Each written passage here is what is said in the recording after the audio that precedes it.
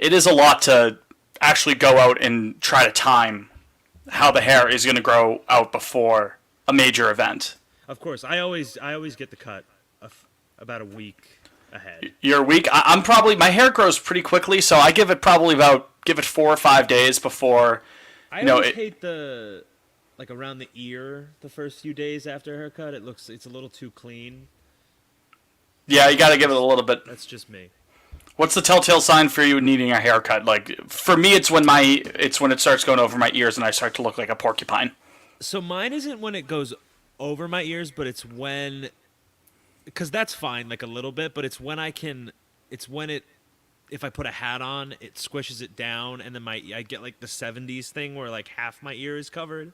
I gotta go. Look like Ralph Cox. Yeah. Yes, exactly. Deep miracle cut. Some miracle lore Coxie. To start off the episode today. Shout out Coxie. He gave him his very best. Yeah, and then they never called after that. I'm from wherever doesn't get me hit. Actually had a great NHL career, Ralph. Oh, yeah? I believe he won a cup, I want to say.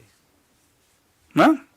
Lord Stanley's Cup? The very same? He won 2 cups as a scout. Oh. 90s Penguins. Okay. But yeah, he actually didn't have a good NHL career. I don't know why. But I think he's the only guy maybe that won a cup? I don't know. But not too hard to win a cup when you have Lemieux and Jaromir Jagr on your team, I suppose. They had even more than that, actually. See, that's my hockey casualness talking right there. This is a baseball program, Jake. Ronnie Francis. We're just naming random hockey guys. He was a Hartford Whaler, Ron Francis. He was the best Hartford Whaler. He actually played Brass Bonanza. He wrote it, as a matter of fact. Dude. Right, Liam? Oh. Folks, Liam is not here today. Yeah. That's why you have not heard him. You haven't heard him because he isn't on the show. But Jake is. Liam's getting he's getting that procedure. Right, Fitz? The BBL? There you go. I threw it to you. I didn't have a joke set up, but I think that worked. I was kind of confused, so I was like, what kind of procedure? What's on the streets right now? Improv, like, yes and thing. Yes. I wasn't sure where I was going. The Brazilian butt lift, as a matter of fact. That's what I was going. So, the Brazilian butt Liam. Yeah. There you go. Full circle on that one. That's Big Game Jake, a.k.a. Jake. I am Darren Lewis, a.k.a. Fitz. This is Pod on Lansdowne. We're happy you could join us for a pretty, I'm going to say, I think this is going to be a happy episode, all things considered. Oh, do you? Maybe we're coming at this at different angles then. Yeah, no, I think we are. Anytime we start an episode following a sweep of the New York Yankees in New York.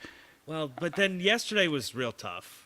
It's one game! They just won 3! A lot of things reared their ugly head yesterday. Over the course of 162, that's going to happen. We'll talk about it.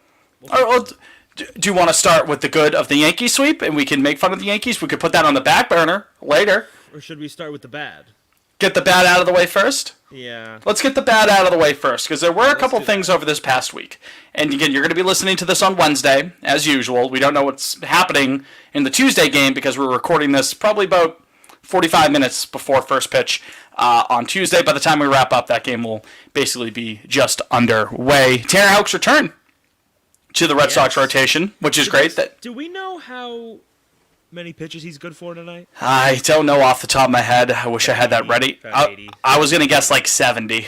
Yeah, they'll stretch him out a bit, but he's not going to be at a full workload. But just to have him back in the mix anyways is certainly a welcome sign, after the return of Chris Sale, who wasn't all that great this past week. He was kind of iffy, but, the past is the past there. After the return of Whitlock, after the return of Story, the team looks, relatively speaking, healthier, which is nice. Well, the day before we get fully healthy, Duran goes on the IL, so. Good point. Just the way things go this year, I suppose. A soul for a soul. Yeah. Perfectly balanced. I wanted to touch Fitz, and I'm often not a big defense guy as far as getting pissed off about it, because I'm of the side or whatever. Like, if your bat plays, I'll live with it, kind of thing. I suppose defense still does annoy me when it goes awry, especially this season. How bad it's been. I was gonna say, but for our beloved listeners, I'll read you a little stat here that's been going around today. About the Boston Red Sox, I suppose. That baseball club. They're outs above average. American League Baseball Club. So the Based Red in Massachusetts. Sox are dead last in the league in outs above average. Okay, good start. So here, let me get the exact number for you. Okay. Where are we? Hold on. This is You edit awful. this? I will. Lost it. I'm sorry. I had it. No, this might stay in because it's funnier now. If you. Where is it? Negative.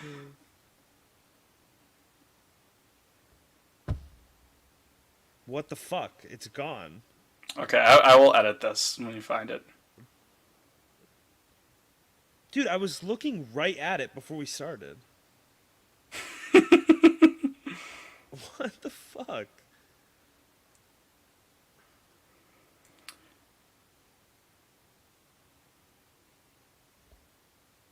This is great content. I'm so sorry. It's okay. Oh, maybe this is it. Team OAA MLB 2023.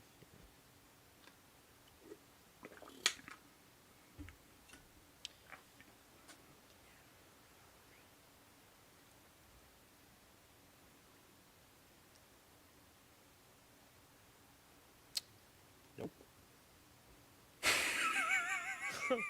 What the fuck, dude?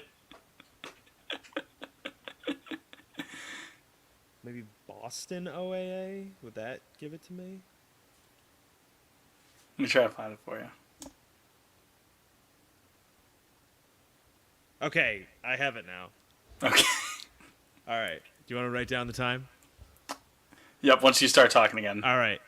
So, outs above average. That is for those that don't know, that's basically it's like, oh gosh, Fitz. It's a nerd stat. Yeah, it's a nerd stat, but it's kind of just like, there's average, I suppose. I was gonna say it's kind of self-explanatory a That little would be bit. zero if you it's like you don't make any great plays, spectacular plays, and you don't fuck up either. I guess you would have a 0 outs above average. That's right? the idea of it, at least. It's tough to quantify. The Dodgers, in fact, have a 0 outs above average right now. Perfectly balanced. Again, it's tough to quantify defensive metrics. It's not perfect, but yeah, we no one can really seem to decide. Like, people have a pretty good grasp of the offensive stuff. You know what I mean? xWOBA, all that kind of stuff. OPS plus, hard hit rate, things like that. It's tough to quantify those things on the defensive end. There's a little bit more room for the that boy nice enjoyer when looking at defense. Well, but regardless, so outs above average MLB teams in 2023. The leader is the San Diego Padres at plus 30 outs above average. So good for them. Props to the Clearly working for them too as a team. I mean, look at the success they've had this year. Yeah, 29th is the Cincinnati Reds. They have negative 22 outs above average. And Which is because again, that's ironic because they're ahead of the Would you like Padres. to guess who's in last? It's one of those Sox teams, I would imagine, which there are two of them. It's the ones from Boston. The red variety. Fitz, so I told you that Cincinnati has negative 22 outs above average. That's second to last. Can I guess Would you like to guess what ours is? 35? Negative 53. Oh, no! Oh, 53! Yeah. So, I'm sure a good amount of that. Kike Hernandez is responsible for 47 of those. That's what I was going to say. He's probably like almost half of that. Even I don't think he was that bad, but he was awful. a third. He was probably a third of that. But even so, I was going to say like 8. that is beyond terrible. Yeah. And I know errors are fluky. We do know this. Like, it's tough to, especially this year. They're real. I guess not liberal. They rarely give out errors anymore. They storm the Capitol and they rarely give out errors. That's the trademark there. But no, but even then, I'm pretty sure the Red Sox lead the majors in errors. Oh, which again, you take that for what you will. But then you look at the deep stuff, and just about all over the diamond, it's been bad. I mean, Casas, for all the great strides he's made offensively, he's been bad defensively. Devers has taken a step back. I don't need to tell you about the middle infield defense. Outside of Trevor Story, who's, pretty steady, at least, over his career. I think it's actually all three guys that are playing the middle infield now are at least okay defenders. Competent, right? They don't need to be winning gold gloves. But now I think Story, Urias, and Pablo are all competent, from what I understand. So that's Someone nice. competent, yeah. Yeah. I wrote it in the Brushback article. Urias had a couple years where he was like -1 or -2 outs above average, but he also put up his last full season at second base. He put up like a 4 outs above average at second. Also, though, which, that's again, fine. yeah, it's okay. Like 1 or 2. I mean, that's you. As long as you're not contributing to -6,400 or whatever you just said. But what I wanted to. So last night was really, should be the Monday game I'm referring to. It was really bad. I think they only ended up having 2 errors, but it really should have been like 6 or 7. It was yeah, it was tough. Yeah. And so there's a few points I want to hit, but first off, Rafael Devers. I don't know. I'm not sure how you fix this, I guess, is my point. He got worse this year. Because I believe last year he was like... He was getting better. He'll never win a gold glove or anything, but he was fine. Yeah. From what I remember last year, but he's a legitimate, like, a real negative on defense this year. And it's a problem. And it's frustrating because I've said this before in the program, and I've said it again. Pitching and hitting are dependent on the other. You know what I mean? It's hard to improve on your own in those facets of the game. You can't teach speed. The one major part of the game that you yourself have a lot of control over that you can fix in the offseason is fielding. It's... Well, that's why, I mean, I've said this a few times, but I think the Red Sox, the 23 Red Sox coaching staff, I think is just an inept group, top to bottom. Like, we've been over this, but they don't do anything. I'll have you know, Dave Bush knows how to walk out to the mound, man. Sure, he knows how to strut his stuff. But he's demonstrated that many times. They don't do anything well, this team. Like, even the guy, like the hitting coach, that's Fatsy. I don't think he's really good at his job. Fables at third base, he also does infield. Clearly, that's not good. But he's also bad at being a third base coach. He doesn't really excel at that either. Maybe the first base coach is okay at his job. It's pretty low. What does he really do? But maybe he excels at that. I don't even know his name. So that's good, actually. It's one of those things, if you don't know the guy's name, like an ump. Yeah. And then Bush is fine. I guess the pitching has been... He's probably the one I'm least harsh on. Which is funny because I feel like a lot of people just want to send Dave Bush into the sun. Dave Bush? I don't know. The pitching's been fine this year, right? Like, in general? Kind of... That's a loaded question. Well, yeah. it's you can make contentions all over the place. The bullpen's been, at least the back end of the bullpen, has been steady. Point being, the coaching staff I think is just a disaster, but especially because, like I said, Devers was a decent defender last year. You don't get worse, or you can get not at 26 years old. You don't get worse. That's bizarre. Yeah, no, that's frustrating. And I think we're in a bit of a quagmire here because I would say the two most obvious bad defenders on the 23 Red Sox are Devers and Yoshida. That was an awful play in left. Yeah, and it's a lot easier to hide a bad outfielder, especially in left. Yeah, in the corner. Manny Ramirez, they did it for 8 years. He was, But last night the discourse machine got going a little bit, and people were saying, are we gonna have to move one of these guys to DH? You can't do that with either. I mean, you have to fix it. I don't know how. They could do anything they want. They could swap positions. They could put Devers out in left if they really wanted to. I mean, you're not paying stopping them. $30 million for a 27-year-old DH. You're not going to do. I mean, they will make him take infield for 4 hours a day before they say, Devers, you're going to DH full time. Right? Yeah, at this juncture. I mean, he's 26 or 27. You're not you can't make that call right now. Again, I guess if we didn't have last year, and I think even the year before he was all right, then I would be a little more. I still don't know if I'd be open to it, but the fact that he was playing decent defense makes me. He's got to be able to get back there, I think. Again, yeah, he can get that if there's. I don't know if it's a focus thing. I don't want to speculate on that, but it is. I don't need. Yeah. It's. I don't want to say it's night and day because it's not totally night and day. It's like. He makes. It's like dusk and. Sometimes. Yeah, like he does, but then he boots the simple ones. Yeah. I don't know. And then Yoshida, frankly, I think the Yoshida thing's a little, like I said, it's much easier to hide a bad outfielder. Like I don't think he's like. Teams have been doing that for years. Yeah, that's fine, and I think that's a waste of a DH. That'd be dumb to DH him. It's annoying when those plays like in Houston happen, but again, that's whatever. not. I think people are being a little dramatic about him, but yeah, and also especially, I mean, just in the short term, I don't think you can let Justin Turner walk. I think at this point, you basically have to bring him back. Professional hitter, man. Yeah, the leadership. I mean, he's the righty power that until Story figures it out, we have literally none. I mean, legitimately, there's not another righty power bat. Connor Wong, I'll have you know. All right. Yeah, I just don't. I think they'll probably have to give him a little more than they're comfortable with, but it's like you're not paying anyone really, so just do it. I mean, you want to talk about that? Yeah, you know what? Let's take a break. Yeah. Because I do want to talk about that, but let's step aside. We got a word from our pals over at. I don't know what the ad's going to be, but the ad's going to be right here. Okay. 16.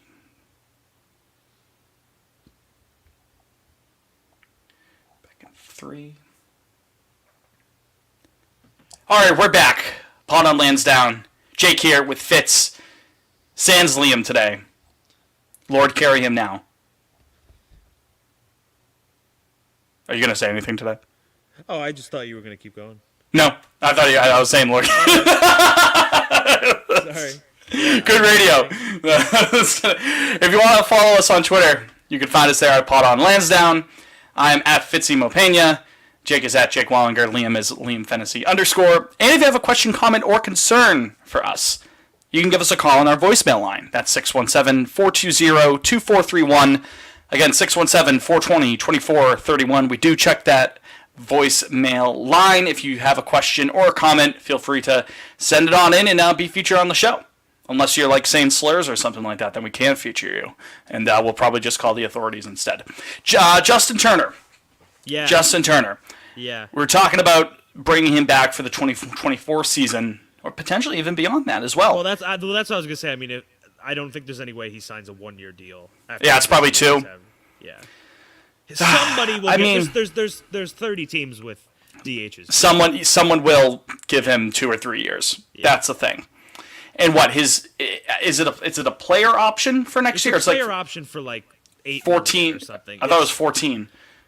Oh, is that what it is? I think this year was 14, 15. Paid a lot, and then I might be wrong. Again, we need to have. This is why we need the intern. We need someone who can fact check this right away while we're riffing.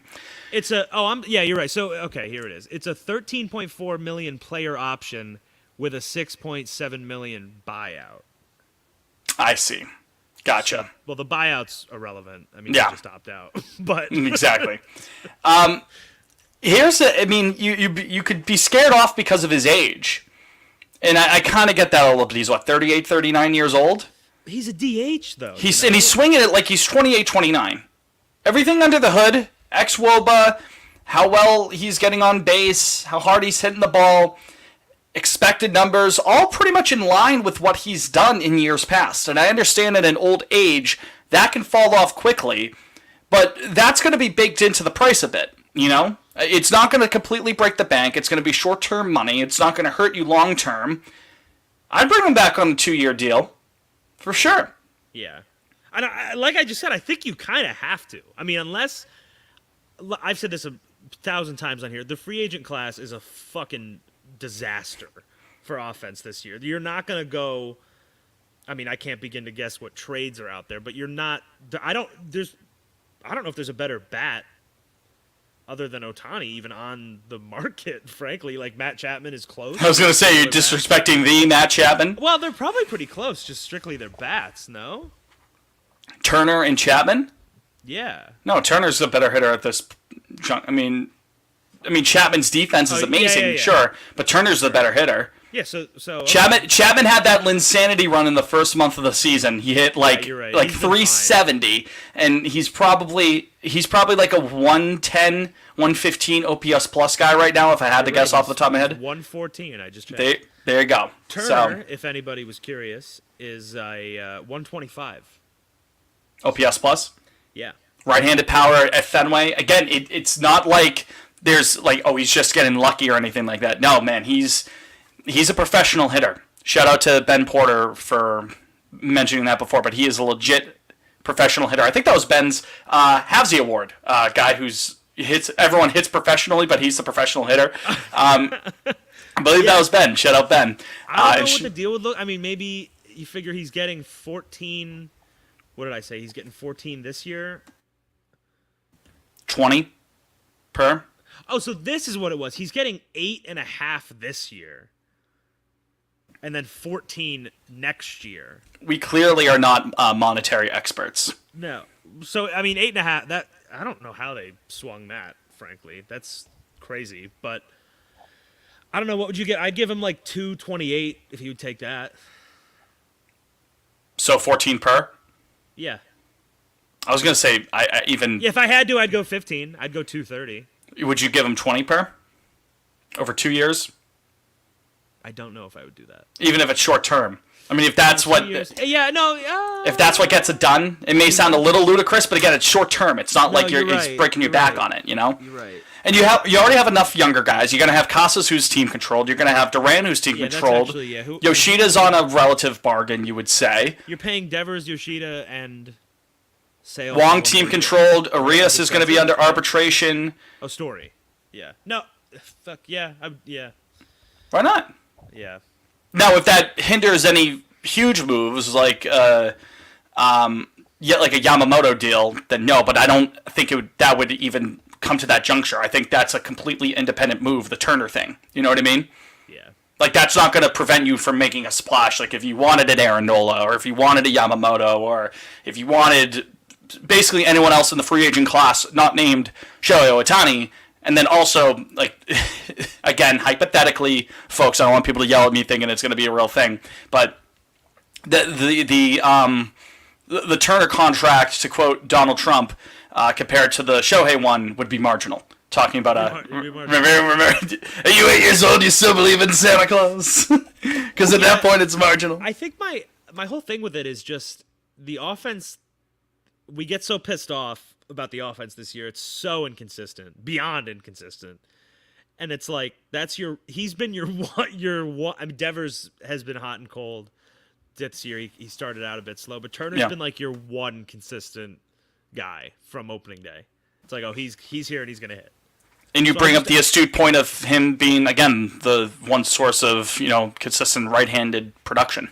Yeah, I mean, that too. And then again, I'm not in the clubhouse, but his leadership seems like it's very important as well. They're a young team. And he's won. He's won a ring, even if it was a Mickey Mouse ring. Even if he had COVID. I was going to say, even if he endangered the health of everyone involved. Yeah. While doing so. And I usually I hate when people say this, but it does seem like he likes Boston. He's gone out of his way to say that like several times in interviews and stuff. So I don't think it's nothing. Listen to the walk-up song, man. Sure. He thinks he'll go to Boston. And I think it's just also, it's one less thing. You're going to have quite a bit of turnover this offseason, I imagine.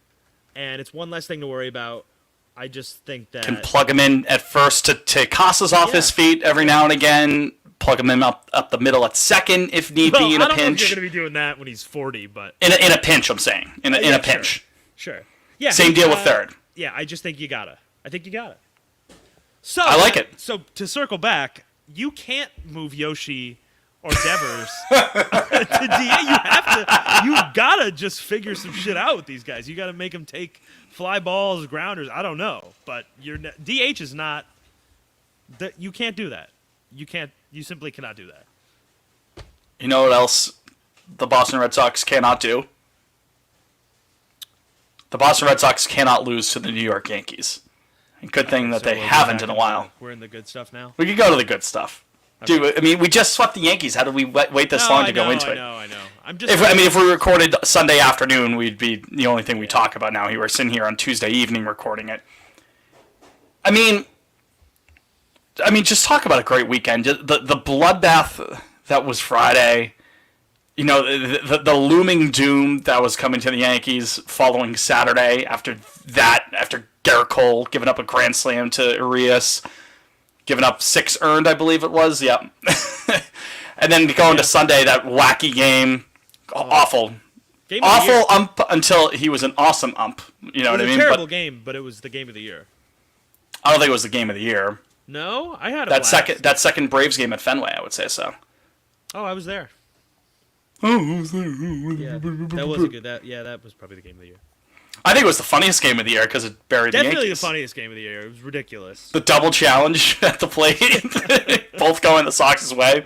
Yeah. I kind of wanted to take the moment to we don't have to go into the ins and outs of that weekend because obviously it was so awesome, and I'm sure you've all reveled in those triumphs already. I do want to pile on to the Yankees, though. I do want to dance on a grave here. Let's do it. Jake, it is so bleak for them. Oh, it's bad. It is so, and we've talked about this before. We've danced around it before. It's really worth dissecting how bad it is in the Bronx. No, it's bad. I'm not even trying to do this like a troll, you hate to see it, you hate to see it. Let me lay this out for you. So no, it's a mess. I sent you and Liam the Yankees roster from 2019, where they won 103 games. They were a good team. Came close to bringing that to Game 7 against Houston. Yeah, they were genuinely very well a good could have. Team. Yeah. Okay, so that was only 4 years ago. Right. You don't have to go through the whole roster, but just some of the highlights on that team. No, but I mean, so you've got Aaron Judge. Aaron Judge is old. He's old for what his career is. So that's always kind of been a little scary thing that people just seem to ignore.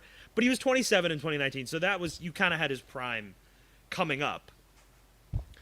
Stanton was 2 years older. Stanton was still good in 19. He was never was Miami Stanton for the Yankees, but he was. I mean, he fucking sucks now.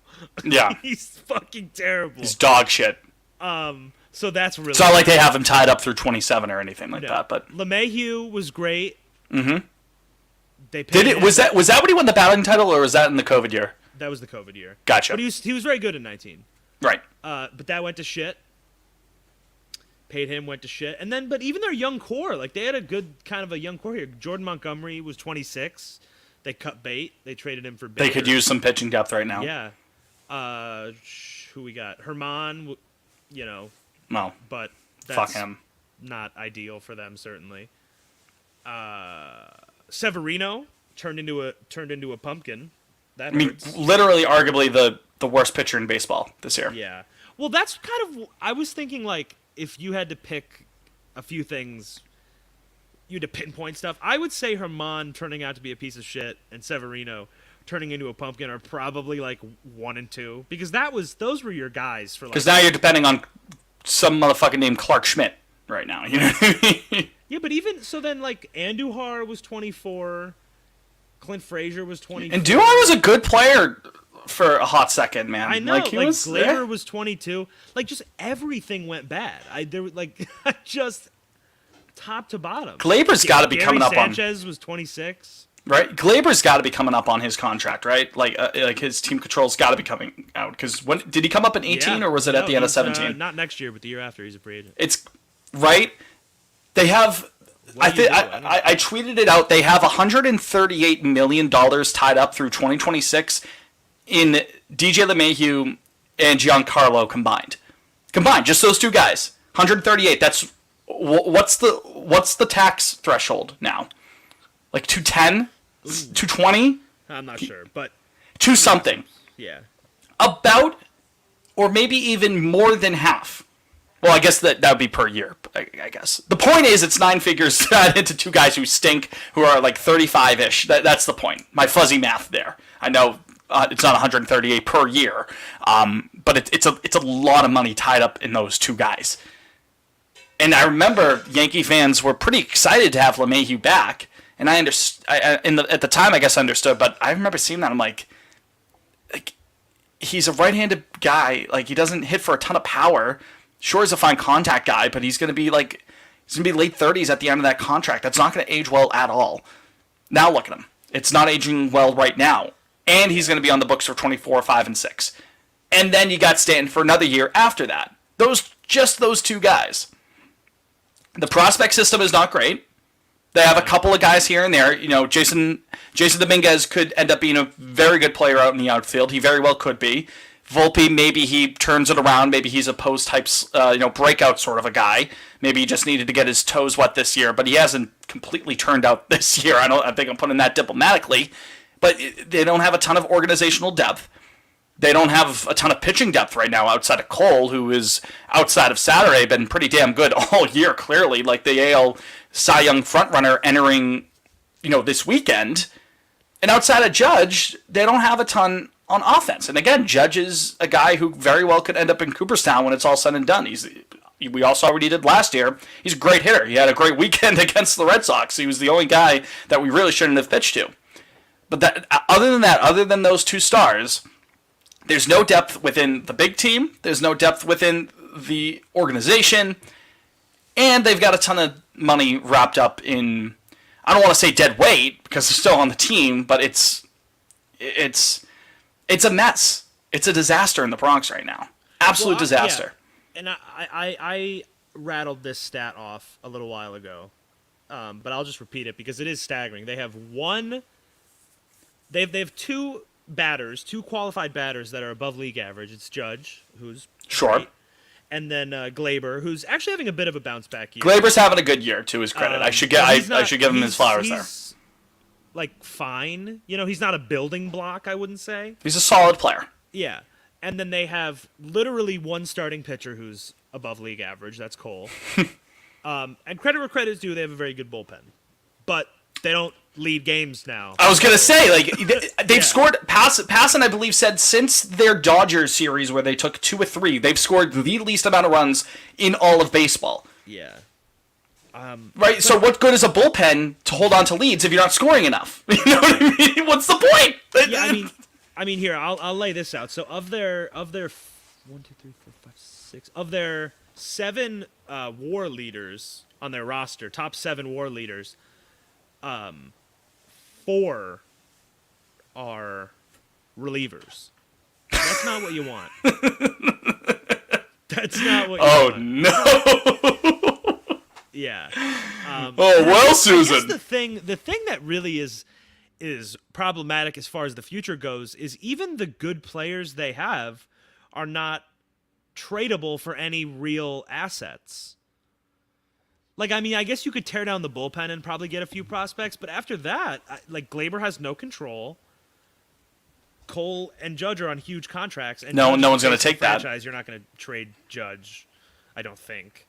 You could probably trade Cole if you wanted to, but you'd cover so much of it that I don't know. It's a really bad spot. It's really I don't know. I don't know. And I said this about the Red Sox maybe 2 weeks ago, but money just straight up can't buy championships anymore. It doesn't work. No. Money can help. It can help supplement what you already have. Sure. 20 years ago, the Yankees could have hit free agency and said, "Okay, we'll buy a new rotation. We'll buy, a cleanup hitter or whatever. We'll figure it out." That doesn't really exist anymore. Teams are just smarter.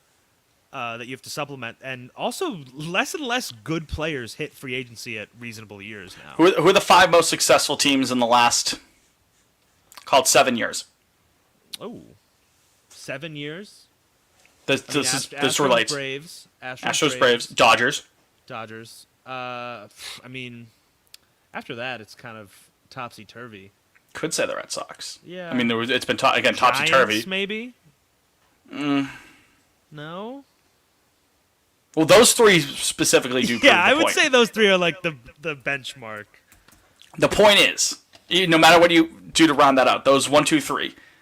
Yeah, they made some big splashes. Yeah, they have some big money tied up on their team. But so much of their core has been built through the system. So much of that core was already there. So much of that, again, the Braves are probably the best team in baseball right now. That almost that entire core is homegrown. Yeah, they brought in Olsen on a trade. Yeah, they brought in Murphy on a trade. But Albie's homegrown. Acuna, But they homegrown. traded prospects for those guys that they Yeah, grew. exactly. To supplement what they already had. Yeah. Dodgers, they pump in top prospects in and out of that organization like it's nothing. Yeah. Astros, same deal. They've had a very good system They're in a bad that's spot. been able to They're in a bad sustain. spot.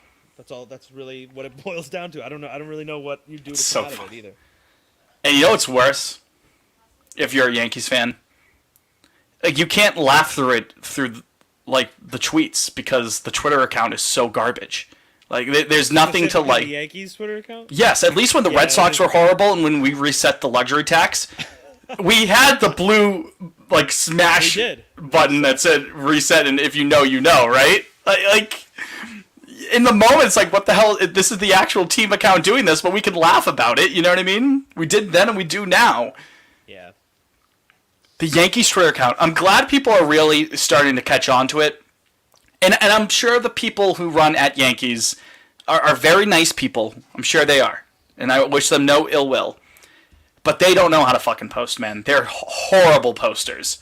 Horrible posters. And people are finally coming around to this. Well, you don't think that it's like mandated? Because like, oh, we're the Yankees. We get. That's 100% what it is. Oh, okay, yeah. 100 has to be that. Has to be that. Right? Because I'm sure there's plenty of charisma. Emily Nyman, huge Yankees fan, had her on the pod multiple times. She'd be great running at Yankees. Get Emily that job. Sure. She could post for it, right?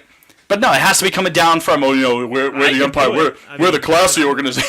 I ain't too proud, right? I'm not. Yeah, no. I'd do it. What was that Charles Barkley quote? He's like, I can be bought. Like I'd support the Klan if they support something like that, right? Fitz, did you know the story? I looked this. I caught this on Twitter the other day, and then I went and did some reading about it. Did you know that Hal was not supposed to run the Yankees? Really? It was actually going to be Jennifer Steinbrenner, who is George's daughter. It was going to be her husband. Well, they're divorced now. A Tom Wamsgans situation. His name is Steve Swindoll. He was the Swindoll? Like swindle?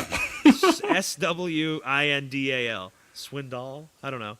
Is that how you spell swindle? No, right? DLE, but like it sounds Well, like it. in 2005, George Steinbrenner chose him as his successor. Really? But in February 2007, Swindoll was arrested for driving under the influence. That's not the Yankee. That's not pride of the Yankees right there. No, the Yankees bought out Swindoll's stake, and Hal exceeded him as chairman of Yankees Global Enterprise. So how about that? I mean, what a sliding doors What's moment. the butterfly effect Yeah, no, that's what I'm saying. I mean, of the swin man? Not he doesn't even have to be sober. Just what if the cop doesn't see him? I mean, think about Right? I don't know. Exactly. Yeah. What if he doesn't get behind the wheel of that car, or if he gets home safely that night? Yeah. We could be talking about, Garrett Cole's their fifth starter. That's how deep they are, and they're going to try to win their ninth straight championship. It's very interesting. I mean, the fact that George is still alive, right? He's like his brain is being carried by a robot, but George's presence, like his aura, is still there in the owner's box. Yeah. And they're still dominating us. Yeah, and Hal's a little baby idiot. Thank God. What's the name of that Habsburg kid there? The king What? who was inbred. What the fuck? What are you Oh, like in Britain or whatever? No, I think it was Britain. What was it? What was his name? Habsburg? The Habsburg, like the Habsburg jaw.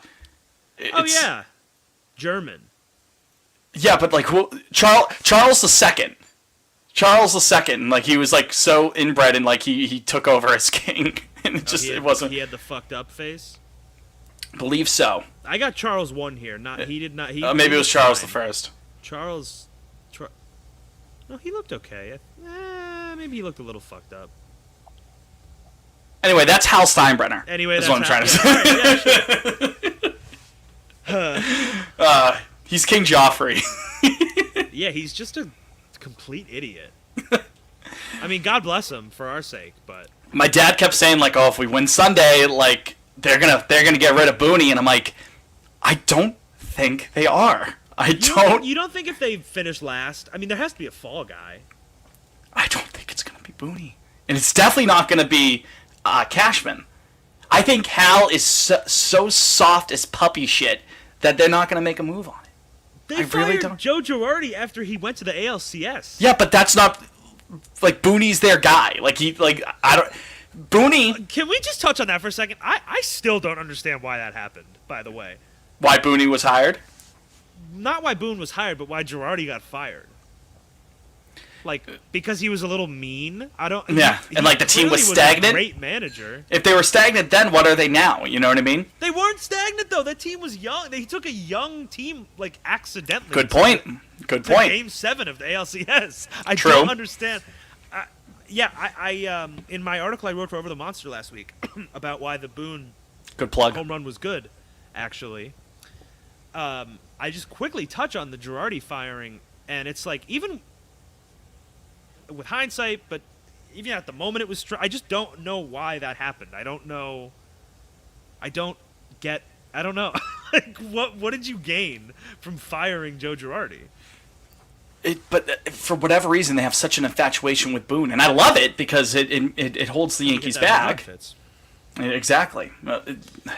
It's not to be like, well, if this was, to quote The Wire, the thing about the old days, those were the old days. If it were the old days, though, and the big guy was still in charge, Mr. Steinbrenner, if George was still running the show, Boone would have been canned after 19.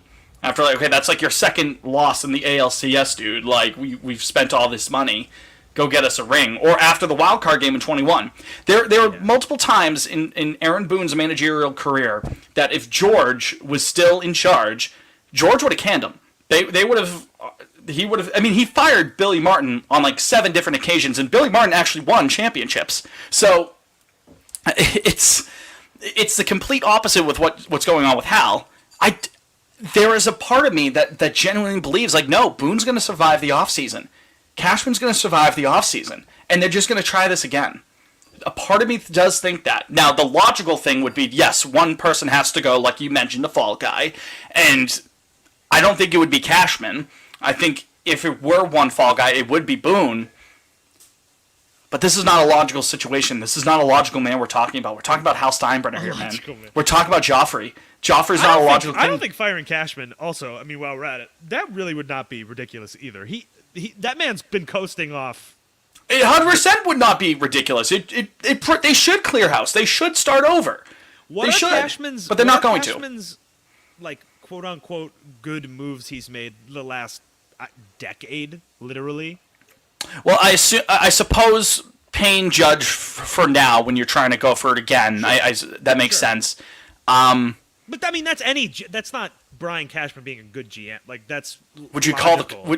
Cole's been good. Yeah, Cole's been damn good. That's probably a good move. But after that... He's whiffed on almost every trade the last, 5 years. Stanton was not... I mean, they didn't give up much for Stanton because Derek Jeter gave him up for free, basically, to the Yankees, right? That call came down from the captain. That came from number 2, Derek Jeter. But even then, he hasn't paid off in the dividends that they've wanted. He's had moments here and there, sure, but hasn't really panned out.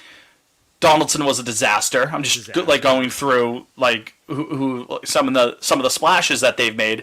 Rodon so far not good. He's pitching tonight, I believe. I wonder did that game start yet? I'm curious. So far not so good. I mean, again, I don't want to. He started with the injury, like his rib thing, I think it was. It's still early in that contract, but judging what we know at this point in time, not good. What are some of the other big moves that they made? post 09. Yeah, I suppose. It's kind of a weird. They've been in like this weird purgatory since 09. They let Brandon Drury go. I'm looking here, like the Aaron Hicks trade, that was weird. He was good for a couple years. Yeah, but then he kind of fell off at the. He wasn't. Didi was. Oh, Didi. That actually was a good move. It was good for them. Yeah. Tanaka, good move. At Tanaka. But he whiffs. Cashman's problem is he whiffs on the margins like every fucking time. Yeah. They can't. They don't find diamond. They let guys go and they turn into studs on new teams. Yeah, the patience. Look at Mike Talkman. He's having a great year. It's having a very good second half right now. They had him. Talkman. Yeah. Romy, my homie. They let Austin Romine go. Point is, I do not envy that franchise. No, they're in for a rude awakening if they're already not going through that rude awakening as we speak. So, as a Red Sox podcast, I figured we should do a bit of a smoking that Yankees pack, as the kids say That's nowadays. Right. Ops back in the air, this gas or what? All right, let's take a step aside here, second break, and then we'll wrap up the show after this.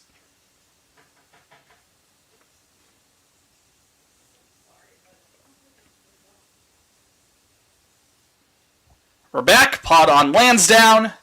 Thank you as always for tuning in to our little program where we talk about a little sports ball and things of that nature. Do we want to do grid, Jake? You and I? Well, Fitz, I actually want to touch on one thing. Oh, well, fuck the grid. Touch on that one. Well, sorry, we can get to the grid in a second. I know. I texted you this the other day. I wanted to talk about how Chaim Bloom, with all the guys that he has let walk, how he's kind of been immediately vindicated with just about all of them.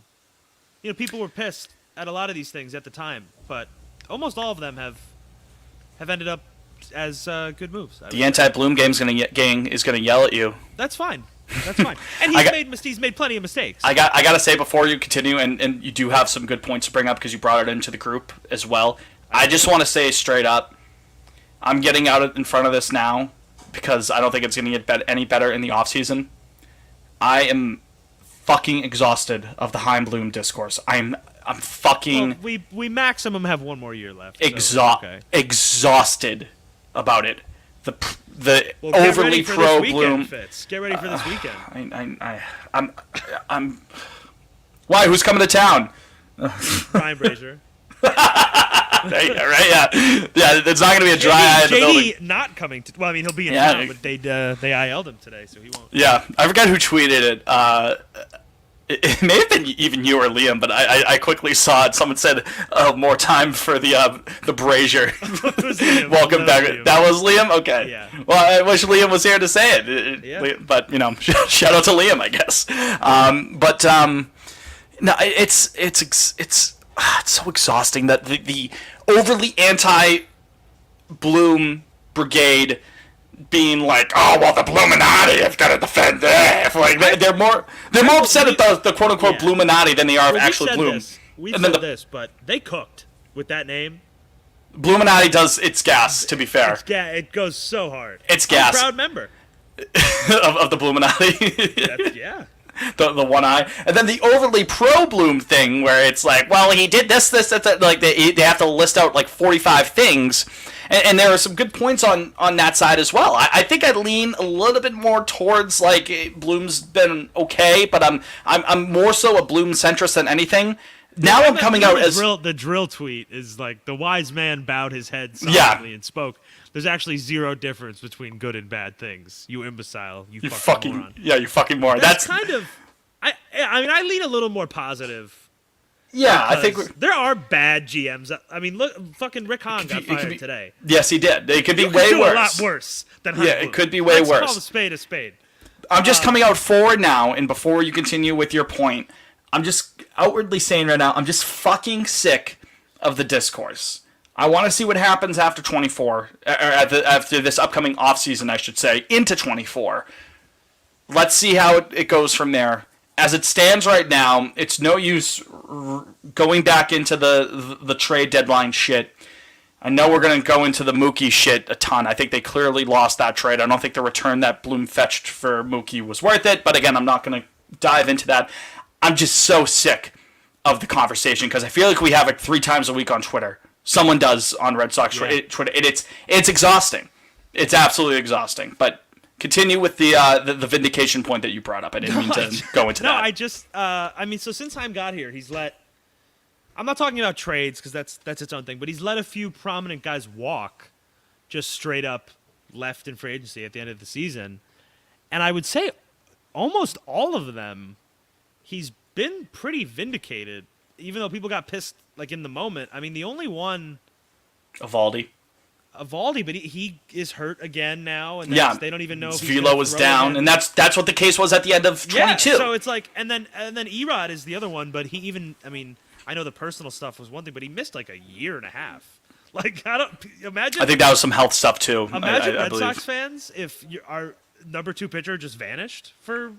I think he had something related to his health with that as well. So it's like. So there you go. Then the big ones like JD Turner has been almost exactly the same, and he plays some defense. So it's basically a wash.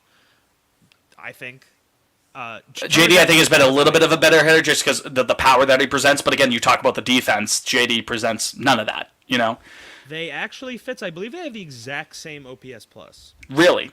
Not that they do. It's 125. Well, they get to it different ways. Yeah. Is what I mean. Turner's been worth he's been worth a whole 1 B WAR more. The F4 nerds are going to yell at you for that. Yeah, but so 1.2 to Turner's. JD has 1.2. Turner's 2.2. That's not nothing. I mean, so that's fine. And it also was, you could just tell at the end in Boston with JD, it wasn't working. 2018 was great. Yeah, love him. So. Always appreciate that. It just wasn't going to work. I'm glad that it's working for him now. Who else? Schwarber. People got pissed. Schwarber kind of stinks now. He hits a ton of home runs, but he's not. He had a ton of home runs. I think he led the NL in homers last year. It was like, yeah, but he's so bad at everything else. Yeah. He's not really a valuable player in any way. Right, you have a ton of money. You have that money tied into Schwarber, and he's playing like that. People would complain. DH for us, and he can't because of the way that roster is constructed, and that's why a lot of his value is shot this year. Like, yeah, he's a negative player. He's negative .6 WAR this year, but also his OPS plus is only 106. That's not good. Yeah. Yeah, I mean, he's hitting 183. I don't really know what's going on over there. They're just all leaving the yard. Yeah, I don't. So that's bizarre. But who else we got? Throw Xander. They want to move him off shortstop already. That was. Not too many things like shock you anymore, but like hearing like already that they're like we should put him at first base. This guy with a pretty damn strong arm, we're gonna put him at first base, and it's like, oh man. It's not like they have him for another decade, right? Yeah, that's bad. And I was admittedly, you could go back, I was upset that we let Xander go. I don't think they should have signed him at that 11-year price, but independent of that, it's like, well, they had an opportunity to lock this up and it didn't work. And with the benefit of, hindsight so far, that looks like an awful contract. But if Xander is a good enough of a hitter that if he does get healthy, he could turn it around, give you some productive years, but not over the course of a decade. That's But again, probably is going to be. He's still been oh god, he really hasn't. I mean, he's barely a positive bat this year. He had a great 1 month. Yeah, I don't know that. Again, year 1 of 11, so we'll see. Again, Preller is sitting there being like, I'm not going to be here for year 5. I don't understand how Preller still has a job. They just have so much locked in for a while. They like Jolly Olive, great YouTube. He does stuff with John Boy, but great YouTube if you're looking for baseball videos. He did a video like the trade history of AJ Preller. It's fucking terrible. He's lost like every trade he's made other than the Tatis trade. Well, that's and then like Soto, but obviously that's kind of a unique thing too. It takes guts to give up on Big Game James, Jake. I'll have you know. Of course. Big Game James. I'm Big Game Jake today. That's actually why I watched that video earlier today. I was thinking of Big Game James. But Yeah, if you go, and everybody go watch the video. It's a very good video. But it's like, I mean, Preller Mania was 8 years ago. That was one of the biggest disasters ever. And then he did it again, and then it was another disaster. And then they were mid for a few years, and then last year they were pretty good, and then this year he did it again, and they fucking suck. Like, how is he still in the wild card race? Technically, guess. Yeah, I think it's crazy he's still employed. Oh man, he's just playing like MLB The Show with like forced trades on, and he just cooks up crazy ideas. You know what I mean? That's. I guess not with forced trades on. My point was, if you go back, he's been here 4 years now. I'd say more than not, he's been vindicated on guys that he decides to let go. Especially the big ones, big things. Yeah. I think you got an interesting point there, and again, I think people are gonna yell at you about it, and I'm gonna get exhausted about it if they do, one way or the other. That's so fine, Fitz. Unfortunately, I'm smarter than all those people. Unfortunately, I've portrayed myself as the FDR train, and I've portrayed you as the angry locomotive. I love that. It's one of my favorite tweets ever. It's a good one. All right, we want to do the grid. Let's rip a quick grid. Want to do a grid grid? city? Yeah, we want to speed run it. Yeah. Do you want me to speed? Let's do this for change. Why don't I speed run you? What does that mean? Only you. You do it. Oh my god. And you right, get pulled it up. I don't know if I can get all these by myself. I will. You can help me for one space, or you could call on my help for one of them if you're stuck. Are you ready? I'm going to count you down from 3, 2, 1. Oh no. You're not ready? Wait, no, stop. I don't know if I can do this. Okay. I'll knock out the stats ones. I can do those quick, I think. Okay. Well, we'll do it together. Speed run. All right. So let me hold on. Right, let me pull it up. Top to bottom, these will be your rows. We have the Houston Astros, the Los Angeles Angels of Anaheim, and 500 career home runs. And then left to right, these are your columns. We have the Chicago White Sox, the Baltimore Orioles, and a 40 home run season. Okay. All right. I'm still trying to pull it up. My phone's fucking bugging out. Okay. Sorry. This is good radio. Yeah. All right. We got it. All right. 3, 2, 1, go. Okay, 40 home run season for the Astros. Got to be Bagwell. Bagwell is 59%. Okay. 40 home run for the Angels. I'll just say Trout. Yep. Could do Trout Gloss, I'm sure. 46 for Trout. 500 career home runs for the White Sox. Frank the Tank. Frank the Tank. Frank Thomas, 62%. Okay. 500 for the Orioles. Sammy Sosa, Rafael Palmeiro. Oh, Sosa. That's right. Yeah, do Sosa. Maybe do Eddie Murray as well. 8% for Sammy. Oh, okay. And then 40 and 500. How about my man, Big Papi? Why not? Give him a shout out. I almost typed in Big Papi into the... Or Manny. You can do it. Or Manny. 3% for Papi. All right. Okay. Now. Okay. All right. Okay. Angels, Orioles. Mark Trumbo. Oh yeah! Wow. You Sure, see, Mark. you can't help yourself. I know I can. I'm sorry. Well, you said you didn't want to do it yourself. No, you're right. No, I'm glad you're helping. Angels, White Sox. Not Juan Uribe, right? No. Let me think. I know one. Oh, what is it? Bartolo. Bartolo's on the White Sox? Yeah. It's like 08, 09, something like that. Okay, sure. All right. White Sox, Astros. Graveman. Yeah. All right. Yeah, Fitz. Yeah, you can handle this. and then Orioles, Astros. That's our last one. Orioles, Astros. That's a tough one. Puma didn't play for Baltimore, right? No.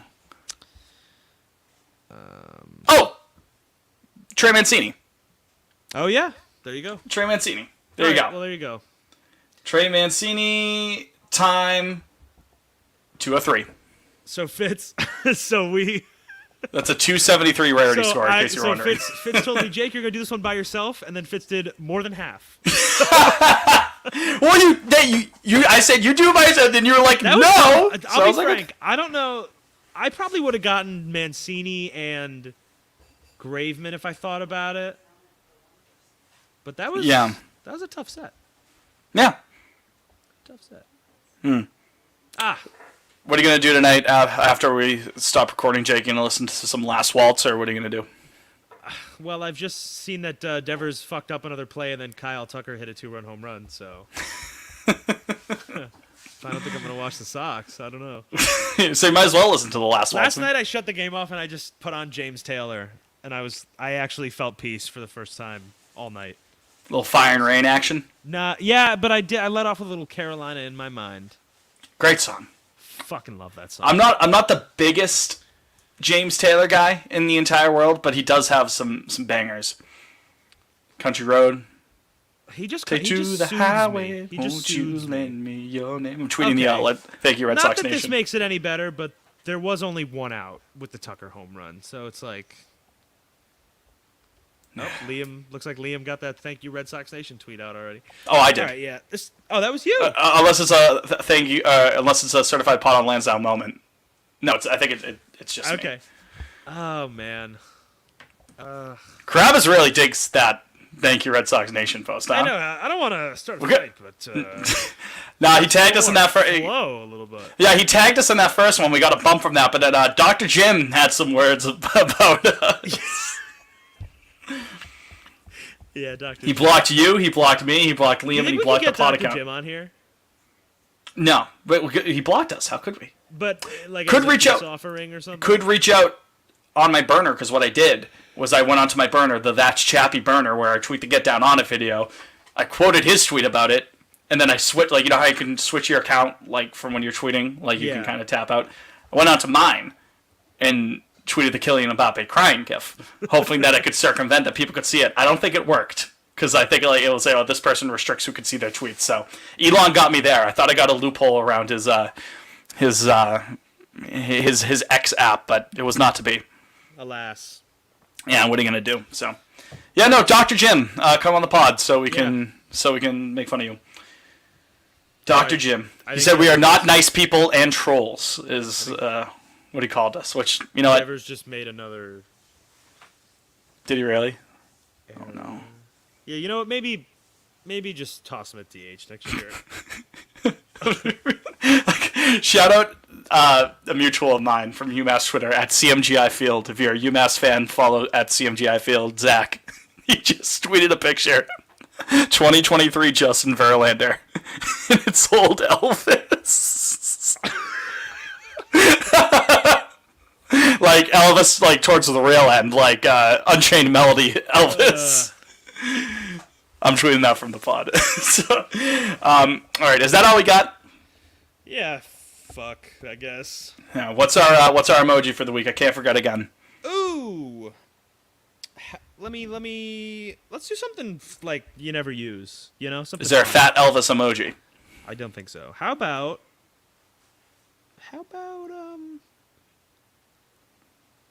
this telephone? The red telephone. The red telephone. Yeah, it's like an old-fashioned telephone. Red telephone it is. Red telephone, yeah, with the like. It's got the 9 buttons on it. I was gonna say that's an '80s looking phone. I'd say. Yeah, it's post rotor post. Yeah, it's not the rotor. It's just the buttons. Dial pad. Yeah. It's a landline right there. So, all right, let's call it there. Yeah. Let's call it there. About an hour. Yeah. So, for Liam from Parts Unknown, for Jake, I'm Fitz. You've been you. Thank you as always for listening to the pod, and thank you all for your support throughout the entire year. We truly do appreciate it. We'll be back next week, hopefully with a full squad. That'd be nice to have again. Until then, go Sox, and obey your mother. Obey your mother. I don't have to wait for Liam to do it this time, which is nice. Yes.